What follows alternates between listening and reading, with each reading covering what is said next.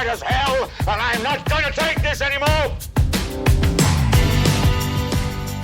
So I'm welcoming Sean Wachter back to the show because in 2023, he had the second most listened to episode of Adaptations for a very good reason. He's a Renaissance man that ticks all the boxes that some of us do and don't want to tick.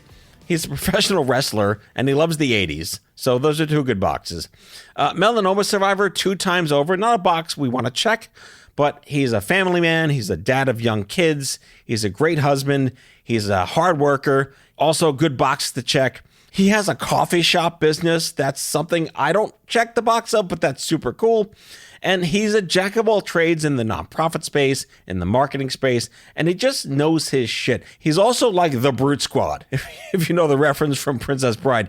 He's huge. He's a bouncer kind of guy.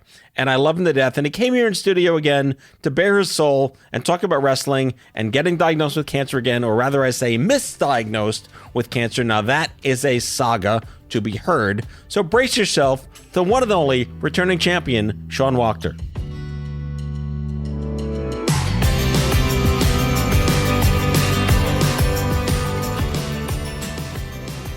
Sean Wachter back in the house. How are we doing? Still here, just like you. I know. It's like I never left. It really is like you never left. It feels like yesterday and 20 years ago. Yeah, no, fair enough. Like you're like the cancer COVID guy. Yeah, I'm a cockroach. You Remember can't get rid of COVID? me. Yeah, that was a thing like Pogs, right? You are the Pog. You're 10 years my junior, so Pogs is an appropriate one thing. You go for it. Fair enough, you know. You're Tamagotchi too? I did. Yeah. I did. Oh, wait, this is a podcast, so the point is telling people things. Oh, man. Yeah. Oh, God. You and your Pogs. Did you have, you're also a Harry Potter kid too, aren't you? Oh, heck no. No. Ghostbusters. Okay, so you're just Gen Z. No, wait. I'm between like X and Z. That would be Y. Maybe. Letters of the alphabet for 20, Alex. Hey, I've got a 1-year-old now. You think I know these things after all the Sesame Street that's being force-fed down my throat. Well, yeah, and that's new since the last time we were on the show. Wait, that is true. So I did leave. Yeah. Oh, wow. All right, then. What have you been up to? What haven't I been up to? You are like the Renaissance man. You know, it's like I'm privileged enough to have gone through so many check boxes I never asked for that if one normal person had one of those check boxes, that's a great life. I have like 30 of them. You have 150,000 check boxes. The least of which is my 80s fanboy is wrestling. Well, if it wasn't supposed to be my life, I guess, because I had tried it, the 2 times before. And the last time we spoke, I said, oh, okay, this is nice. We get to bring some awareness. And we also get to show folks that, hey, if I can do it, you can do it. But it went from a place of advocacy, which it never lost its roots in that. But it kind of, to borrow a phrase from Hulk Hogan, even though I know it's not good right now with him. But I guess my wrestling career kind of ran wild, brother, as they say. Can you do a Hulk Hogan like that? Or you were just pretending, but... Well, let me tell you something, brother. Wow. Oh my God. Yeah. I got like shivers. That's good. Oh yeah. Thinking. Macho madness guaranteed. Was that Hulk or Macho Man? That was a hybrid. That was Macho Man. I was trying to lean more into him because he hasn't upset anyone politically as of late, but why are we canceling people? They're wrestlers. I don't care what he thinks and does. It doesn't affect me in any way. It is true. He is playing a character, allegedly. All right, so we're going to lurch into this then. How do you separate the art from the artist, right? I still listen to Michael Jackson. Was he creepy as fuck? Yes. Did he do terrible things? Yes. But it's fucking Michael Jackson. I'm going to watch Woody Allen. I'm going to watch The Cosby Show. These are terrible people, but the art is fantastic. The art is fantastic, and that, I guess, is essentially why I'm still at the age of almost 40 enthralled with wrestling, because it's art, and I've tried to explain this to my very loving and not so understanding wife, that the literal canvas of wrestling is my figurative canvas, and I'm sure she'd rather me find some other sort of expressive form for my artistic reach. But I took an opportunity that was afforded to me, And I did my best to work my butt off and at the same time spread the message of awareness and advocacy for folks like us that are, dealing with cancer or have dealt with cancer, to kind of show them, hey, look, you know what? If I can do this, it doesn't necessarily need to be wrestling, but you can go ahead and you could have your life during and after cancer. And I couldn't have told you last year when we sat down that I would ultimately wind up getting my chance with World Wrestling Entertainment. But that's a dream come true. Who gets that? No one gets that. Like 8 people get that? It's funny when we talk about it because I did have a lot of detractors. I was afforded the opportunity to not only get to perform with them at Madison Square Garden, but some serious consideration was given by them to give me an opportunity further and to bring me in as a performer under a full contract. And unfortunately, and we'll get more into it, I've had a little bit of a revisit from our good old friend cancer. So I kind of had to pump the brakes on those things. But along the way, I had a lot of people that would kind of go, oh, he didn't earn this. He didn't deserve this. He's a Make-A-Wish wrestler or the Instagram wrestler. No, I worked my rear end off and the right people happened to see it and it paid off. All right. How old do you have to be to realize you should not give a fuck what other people think about you? I think that comes with time. And right now, as the father of an 8-year-old and also a 1-year-old, I try to really work with my 8-year-old who's in 3rd grade. I try to work with her to kind of realize that it doesn't matter what other people think. It really doesn't. And I wasn't trying to sound like The Rock on that one, but it really doesn't matter what people think. So my interpretation of the universe at 50 years old is very different than it was when I was 40 years old. Everyone in my life is a character in my play. It's my movie. It's my movie, and you're not an NPC. You're someone in my life that's intentional, that I enjoy spending time with, and you serve a purpose as I serve a purpose for you. I'll pay you later. Right, exactly. Yep. I take Diners Club, and Telly Savalas has to deliver it to me. Because you need Kojak in your life, too. Because 2 bald people in a room together is not enough. Yeah, for the listeners, there's 2 giantly beautiful chrome-domed gentlemen here. Shining pristine. Yes. But you look out the window and you see tons of people on the street. They're all extras. They don't matter. And they have hair. Some of them have hair. But I'm manifesting this universe in my reality right now. And basically, if I am worried about what someone else thinks of me, it's my reality. I'm choosing to allow myself to worry about what, and I manifested them. Why should I care what they think? I'm the one that should be blaming myself for thinking this way. So it's totally useless. Just convince yourself. Right? It's not that easy. I don't care what people think. Fair enough. And that's the best thing and the best mindset you could find yourself in. It's how people like yourself go ahead and succeed at extraordinary things in life. Again, like it's a lost art to love yourself, right? Of course. I was watching this little clip of Drew Barrymore's show. Yes, guilty pleasure. And I forget the guest. He's like, you have to treat yourself like you are your own human. Take care of your human, right? If you were your own dog and your dog got hurt, you would nurture and love your dog and tell him it's going to be okay. We don't do that to ourselves. It's going to be okay, Matt. It's going to be okay, right? You didn't ask to get sick again. But you have to tell yourself, I love you. It's going to be okay. I'm giving you a pat on the back. I'm giving myself a pat on the back. I think that, like you said, it's a very lost art, but to put it in the scope of having cancer, or having a terminal illness, or having some sort of disease where you don't know what the outcome ultimately is going to be, think that the worst thing someone can have is a defeatist attitude. And when I found out that I was sick again, which is a story unto itself, which I'm sure we'll share. Oh, we'll get to that for sure. Well, yeah, that's kind of why the point you have me here. You're useless otherwise. Pretty much.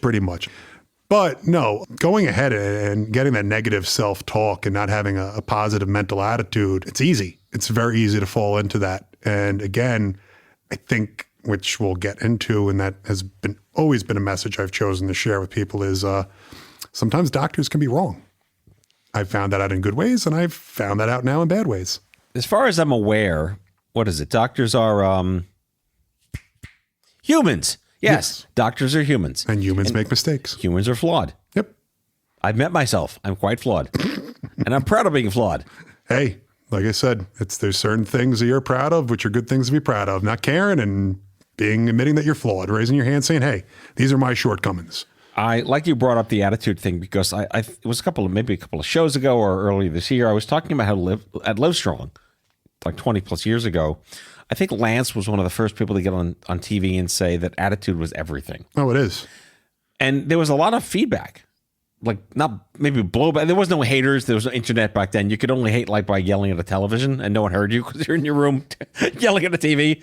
But is that a bad thing though? Well, it also, anyone's going to find a reason to not like something that's just in their disinterest. But attitude is everything in general is a good idea to have. But does that mean that when you're negative, only bad things happen to you was where like people went? It's like, no, it means like you are your own human. Take care of your human. You're going to be okay. Everything's going to, no matter what happens, you are still going to be whatever okay means, right? And is it a cat poster? Are we deluding ourselves that if we don't stay chipper every day, bad things will happen? I think that was the gist. But it was the first time anyone ever just said, like, your attitude matters. I don't think it's everything. I think there's a lot of luck that plays into things that are going on. But yeah, staying chipper. Well, it's with my life, and we've discussed the last time, and we're going to discuss this time, some wins and some losses. And one of the perpetual losses in my life is being a Jet fan. Well, you can't get any bigger of a loser than being a lifelong Jet fan. It pains me to echo the sentiments of this guy, but Bill Belichick, former head coach of the New England Patriots, they suffered a nasty loss, and they were going on to play the Cincinnati Bengals the following week. And he went ahead and he got up in front of a room full of reporters, and they kept asking what happened during the game. And he just kept saying, we're on to Cincinnati. We're on to Cincinnati. So as odd as that may seem to place it next to cancer or having a positive attitude, I've always said to myself, regardless, win or loss, I'm on to Cincinnati. Celebrate or mourn until midnight that night. And the next morning you wake up, the game clock is just starting again. Well, it's permission to acknowledge the things you can't control. The past is not something you can control. No. But it's just people should feel comfortable and okay with the fact that you could have a bad day and you can be in that place. And that's fine. It's not a defeat. But to stay in that place, that's the defeat. Mm-hmm. And that's what's going to screw up, that positive mental attitude and bring you into stinking thinking, so to speak. Stinking thinking. Yeah, I kind of borrowed a phrase from some folks in the recovery world. And, they just think that that's kind of the negative side of... I kind of like that, though. It makes a lot of sense. But it's almost too easy to stay in this state of mourning and loathing and why did I do this or why did this happen to me? Did you ever ask yourself, why me? You don't seem like the guy that would do that. The first time around, did not have the opportunity to do that because I kind of had to get FedExed through the whole process being... I had my stroke. I needed to stop the bleeding. They needed to remove the tumor. It needed to be radiated. I needed to go ahead and have chemo administered. It was just, I was in a place where they gave me 12 weeks and we had to try to run with it. And just as I started to become a little bit cognitive of what was going on to me, I was at the hospital and I was getting my radiation and I saw a bunch of little kids sitting in the unit there. And I said, no, you don't get to say why me or feel sorry for yourself. There's a bunch of 3-year-old kids sitting there who haven't even had a chance to steal a cookie. And at the time, I was 31 years old, making a ton of poor choices. So when it came to going, ooh, why me, wah, no, there was kids that needed to live a life versus a guy who kind of made some poor choices. And then this time around, 40 years old, 2 kids, a baby that wasn't even 1 year old yet, finding out I'm sick again. I didn't get a chance to go to that place either because I went ahead and realized I need to be an example to my daughters. I need to be an example to the following I have amassed. And I need to try to be strong for my wife who's trying to hold up the entire world around us. So I don't have time for why me, unfortunately. But maybe it's a good thing. No, I don't have time for why. What a great, that's your book. Hey, Jesse Ventura had, I don't got time to bleed. Well, yeah, Predator is, you can't ever beat that movie. But I don't have time for why. So. You have time for where? Exactly. Where do I go now? What do we do with this? Well, that's supposed to be your job. You're the host. All right, well, let's take a break. We'll be right back.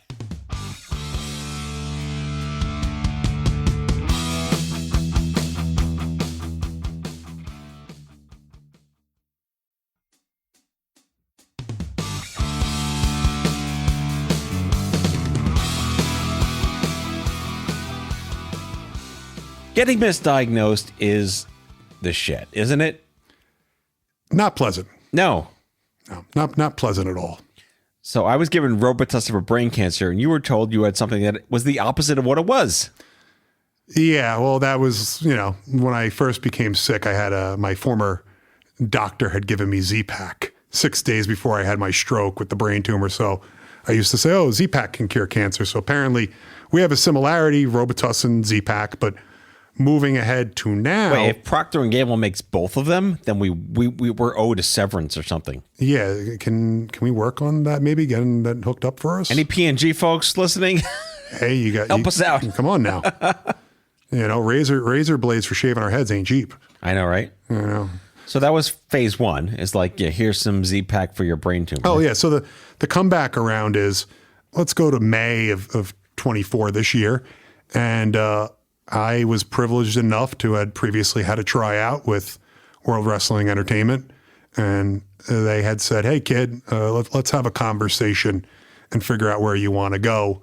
And I hopped on a call with one of the scouts, and he kind of wanted to see like, hey, are you trying to get a job in our corporate office, or are you trying to get a job on the mat? On the mat. The squared circle. And I came to them in an interesting position where I wanted to do both, as I'm now finally finishing up my MBA, but at the same time, they felt that I had something in regards to talent that could further... Something that can be loosely construed as talent. Yeah, something like, if you squinted hard enough, but oddly enough, they just wanted me to talk. And I think that's what kind of got me in their good graces, because when I went before the particular scout that I went with, he said, hey, give us X, Y, Z. And I gave him what we call a promo, the whole talking part. I gave him the X, Y, and Z. Mm-hmm. And his jaw just kind of dropped. And I said, you don't know what to do with that, do you? He said, I don't know if I should call Human Resources or call Triple H, Paul Levesque, who's in charge of WWE now. And he said, wait a moment, give me X, Y, and Z again, but do it this way. And I spit it out again in a different way, in the way he asked. And he said, one more time. I said, sure. And I did what he wanted. And he kind of said, all right. And sent me an email. So fast forward, hop on this call. Do you want to be in ring? You want to be in office? I'm going to be 40. I'm not delusional. Right. But he said, we think there's something there, and we'd like to bring you into Madison Square Garden. We're going to have our SmackDown there, and I'd like to kind of kick the tires on you, and maybe we could find something for you to do on TV that night. Well, pause. That's fucking awesome. Let's stop there for a second.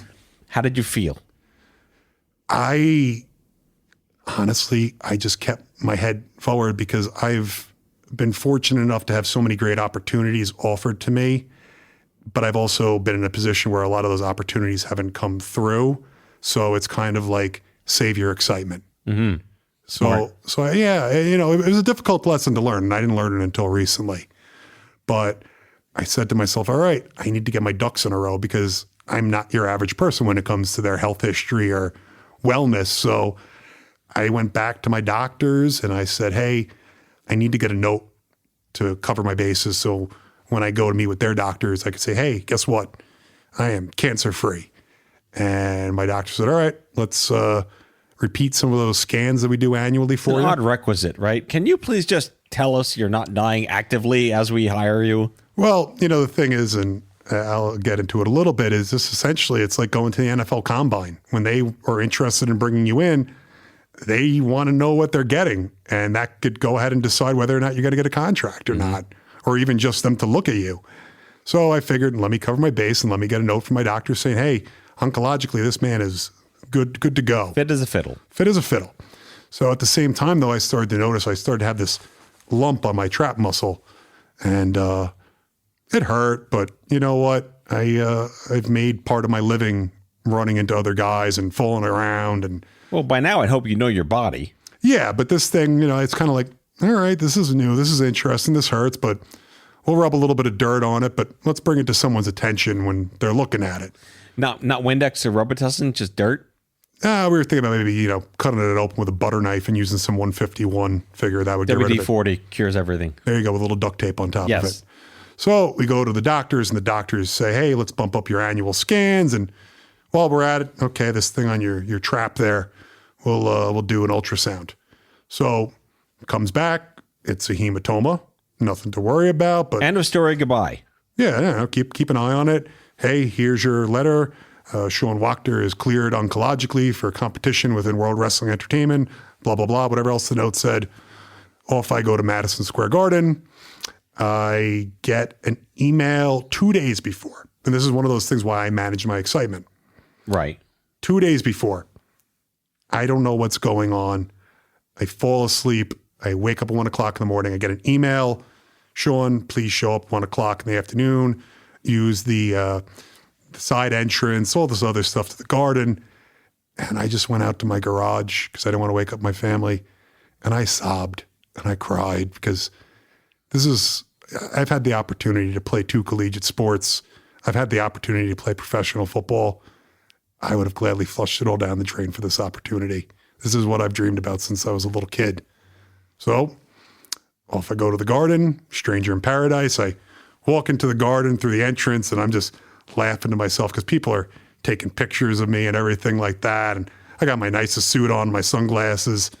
And they actually think I'm somebody, which is great. I'm like, okay, I'm going to enjoy all of this. Walk in, check in, and they usher me off to a little private area. About 5 or 6 doctors, trainers, and they're bending me, twisting me, this, that, the other. Unfortunately, they couldn't clear me for contact that night because I was missing a few things. So they actually set me out in front of everyone in Madison Square Garden dressed up like a cop. Wait, what were you missing? Well, Ribs? They wanted a more recent MRI from all my neck and back surgeries that I've had. So we were missing a few little physical paperwork, bureaucracy. Got it. Okay. But you were there. But I was there. They gave me a speaking role. They trotted me out in front of 21,000 people. I couldn't have been happier because in my book, I was on an NFL roster for a game. I got involved. Like, that lives now on in mortality on whatever streaming platform they care to use. So That's amazing. So I did that. And then when I thought it couldn't get any better, got the opportunity to fly out to Hollywood. I got to MC a concert at the Hard Rock Cafe with WeGotThis.org, awesome organization. And I got to have a few meetings for some projects with some folks that I'm not sure if I'm allowed to talk about, but they're on ice right now because while I was emceeing the concert, they were kind enough, the folks at We Got This and Trophy Smack, to present me with a championship belt, deeming me the We Got This People's Champion. That's awesome. So it was great. And my good friend Alyssa Calver said to me, hey, Sean, raise the belt up for the camera. And I went to hit that silly pose with lifting the belt above my head like I'm Rocky. And I couldn't even raise my arm. And I said, something's going on. This is just weird. It's like I got hit with something. So this is the start of the famous last words. Pretty much. So I returned to New York after having my meetings and everything like that. And it just, my shoulder started to bother me more and more. I started to get some tingling in my hands. And I'm thinking, hey, you've been in this wrestling ring. You've been kind of throwing yourself around. Things are going to happen. Right. And when I realized, wait, had you been all MacGyvered up at this point now, like toothpicks and glue and rubber bands? My spine is all held together with plates and rods and screws. So that's why it was a miracle that WWE still wanted to speak with me and give me an opportunity, because I guess they believed well enough in me and saw something that they figured, hey, you know what? Let's see what we can get out of the bucket of bolts. We'll bring the Tin Man in. So you got this weird pain in your shoulder that wasn't there the day before. Yeah, and I couldn't lift that belt above my head to save my life. It was a little bit embarrassing. You think I was lifting up a 250-pound guy, but couldn't even lift this belt above my head. So let me guess. You went back to your doctor and they gave you another Z-Pack. No, we weren't there yet. I originally was just going to say, hey, rub some dirt, WD-40, duct tape, whatever. But then I realized, hey, look, you know what? With wrestling, you're responsible for the other person that you're in the ring with because they're responsible for you. There is no magic to be made without one another. Right. And I figured it was a responsibility of myself to make sure that I was actually fit to compete. And when I went to my orthopedist, he said, we need to do an MRI. I think you tore your labrum. I said, oh, goodness, that's not good. All right. So you went from hematoma to a shoulder tear? Yeah, a shoulder tear. And when the MRI came back, we didn't use contrast. So my doctor said, it just looks like a mess in there. I don't know what's new, what's old. He had been treating me for 20 plus years. So, right. So it's like an attic. Yeah. And he knows how I treat my body, which is basically a Crash Bandicoot. So he goes ahead and says, let's repeat it, but we're going to give you some contrast. And the next morning, he called me at 6:30 in the morning and said, hey, my friend, you need to go over to your folks at the hospital there. Not good news? No, I had about a bocce ball sized growth underneath my armpit that my wife just thought was a muscular imbalance. And she didn't. Wait, and contrast lit this thing up? That it wasn't there without it? It lit up like a Christmas tree. 8 different spots in the muscles. Wow. And I went back to my doctors and said, hey, and they said, no. Melanoma doesn't go to the muscles. Wait, so the original thought was it was a relapse, but it couldn't possibly be melanoma.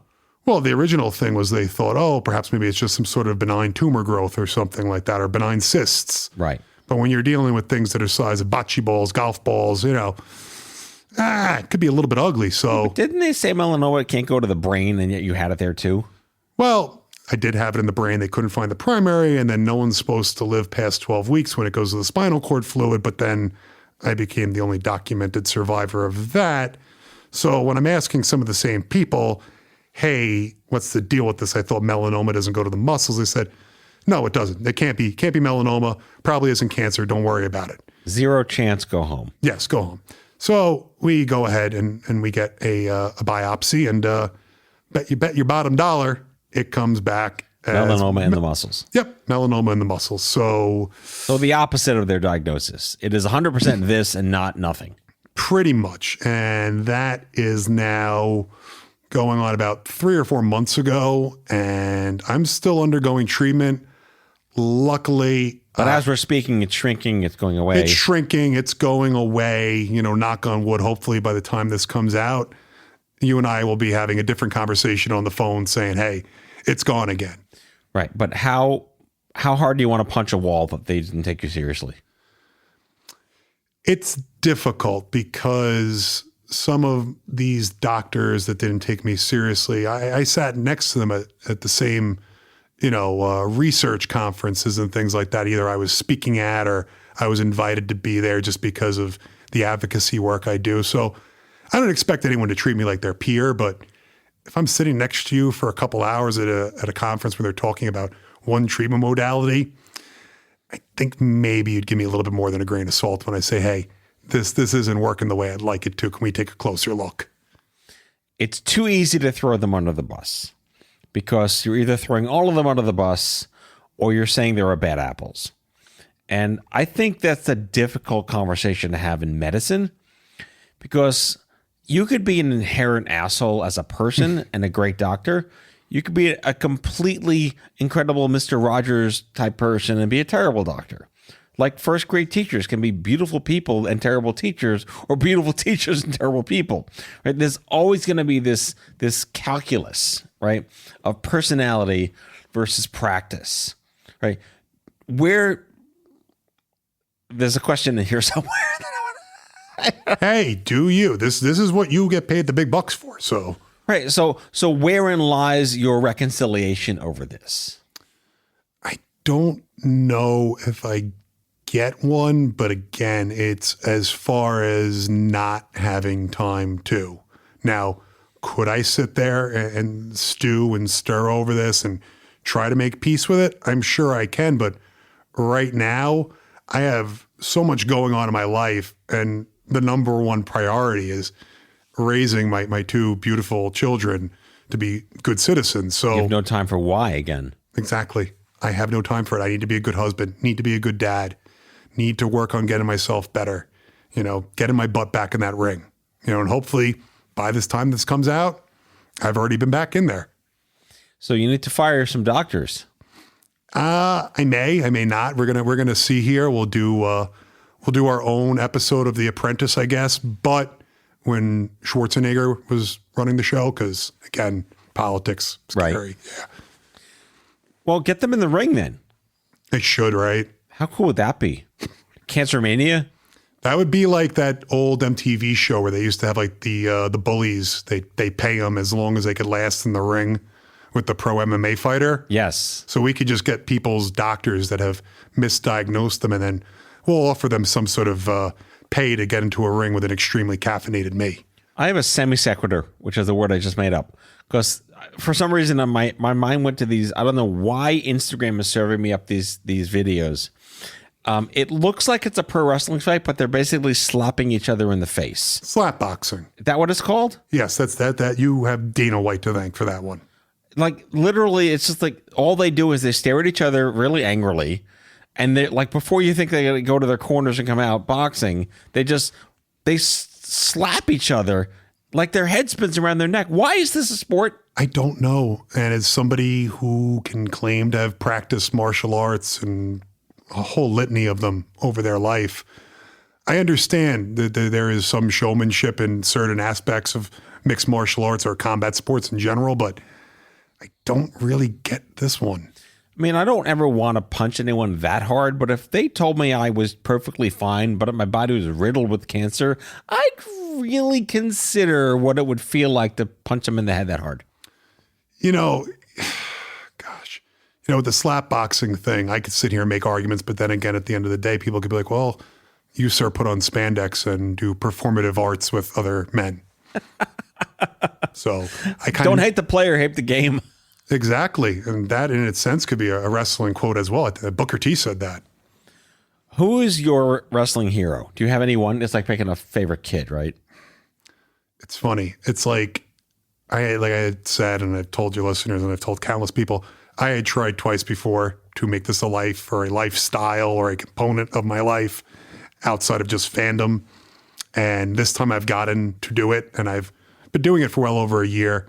Like I said, I got to tap the mountaintop, and I guess it's one of those things like I could say I have a favorite wrestler from beforehand, but then after getting to look behind the curtain, I can go, don't meet your heroes or don't hear the stories of your heroes. So I really Like a G1 80s wrestler, Andre the Giant. You can't not love Andre the Giant. No, you can't not love Andre the Giant. And I think if you want to talk, regardless, cancel culture, whatever, he's probably one of the few that would survive it. Well, he died before all of it happened. It died before all of it happened. He lived before cell phone cameras. But also, too, it's just he protected himself and he protected the business of professional wrestling. Whereas today, you have people from the 80s that are still trying to be relevant, so they've overexposed their lives. So now it's like, yeah, you might have been good and sweet and wonderful in the 80s, but you've chosen to continue all the way through. Well, now you're fair game for, I guess, the cancel culture. Well, again, we're going back to the innocence of the 80s, right? Where Yeah. I believed it was real, right? Because that's what they wanted kids to believe it was real. And then it's like, I'm not Catholic where I discover Santa Claus is fake, but like I felt really heartbroken when I realized it was staged. Yeah. That's why sometimes it's kind of like, maybe it's good that we don't know how the magician saws the lady in half. Right. Because if you find out, it's like how they say, like, if you don't mind how the sausage tastes, then why do you mind how it's made? Yeah. I just like the nostalgia of remembering remember like the rubberized, oversized toys? Yeah, the LGN. Yes. What did that stand for? I have no clue. They were rubberized. It was like Stretch Armstrongs. There's actually a company now. It's called Big Rubber Guys.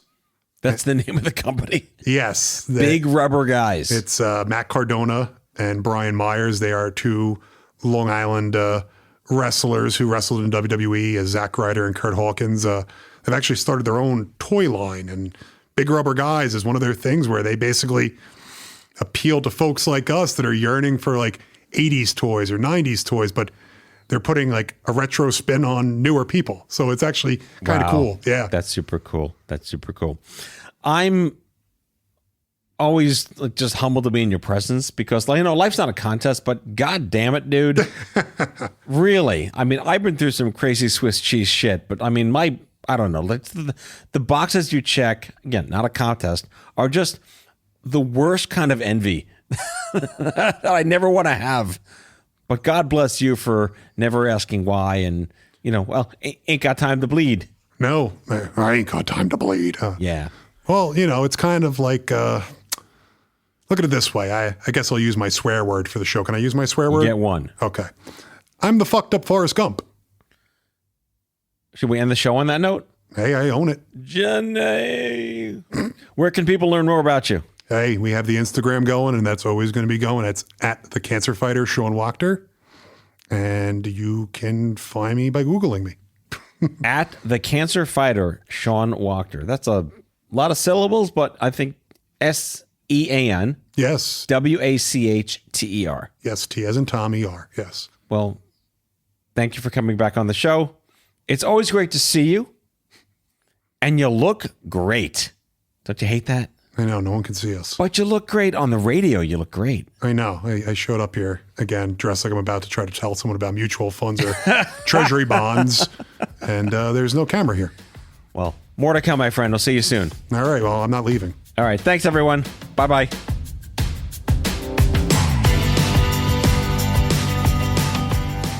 Out of Patience with Matthew Zachary is a production of Matthew Zachary Worldwide.